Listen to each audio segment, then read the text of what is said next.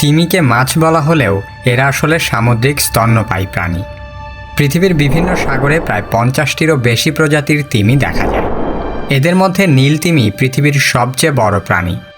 পুরুষ তিমিকে বলা হয় ষাঁড়, স্ত্রী তিমিকে বলা হয় গাভী, আর স্বভাবতই তাদের বাচ্চাকে বলা হয় বাছুর। তিমিকে ইংরেজিতে বলা হয় হোয়েল। বহু প্রজাতির তিমির মধ্যে উল্লেখযোগ্য হল নীল তিমি বা blue whale, sperm whale, killer whale, humpback whale, beluga whale, bowhead whale, Antarctic whale ইত্যাদি। তিমি যেহেতু স্তন্যপায়ী প্রাণী, তাই স্বভাবতই মাছের সাথে এদের অনেক পার্থক্য রয়েছে। তিমি উষ্ণ রক্ত বিশিষ্ট প্রাণী, আর মাছ সাধারণত শীতল রক্ত বিশিষ্ট প্রাণী। পরিবেশের সাথে মাছের রক্তের তাপমাত্রা ওঠানামা করে, কিন্তু শীতল পানিতেও তিমির রক্ত গরম থাকে। তিমি একজোড়া ফুসফুসের সাহায্যে শ্বাস প্রশ্বাস গ্রহণ করে এবং নির্দিষ্ট সময় পরপর অক্সিজেনের জন্য তারা পানির উপরে উঠে আসে, কিন্তু অন্যান্য মাছ পানি থেকেই অক্সিজেন গ্রহণ করে। তিমি মাছের মতো ডিম পারে না, তারা সরাসরি বাচ্চা জন্ম দেয় এবং তিমির বাছুর মায়ের দুধ পান করে। তিমির দুধ অনেকটা টুথপেস্টের মতো জমাট বাঁধা। পৃথিবীর সবচেয়ে বড় নবজাতক নীল তিমির বাচ্চা প্রতিদিন প্রায় 500 লিটারেরও বেশি দুধ পান করে এবং প্রথম কয়েক মাসে তাদের ওজন প্রতিদিন প্রায় 45 কেজি করে বৃদ্ধি পায়। তিমির বাচ্চা পরিচর্যার সময়টা অনেক দীর্ঘ হয়। জাতভেদে 6 মাস থেকে 2 বছর পর্যন্ত তারা সরাসরি মায়ের উপর নির্ভরশীল থাকে। একটি নীল তিমি প্রায় 80 থেকে 90 বছর পর্যন্ত বাঁচতে পারে।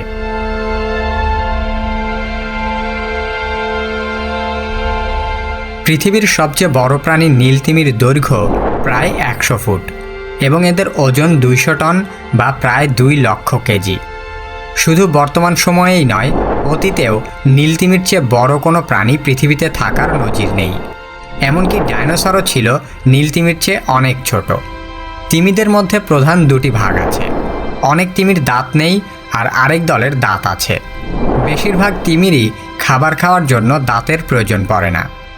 এত বড় শরীরটাকে টিকিয়ে রাখতে তাদের প্রচুর খাবার খেতে হয়। তিমি এক গ্রাসে যে পরিমাণ খাবার খেতে পারে, 200 জন মানুষের পক্ষেও সেই পরিমাণ খাওয়া সম্ভব না।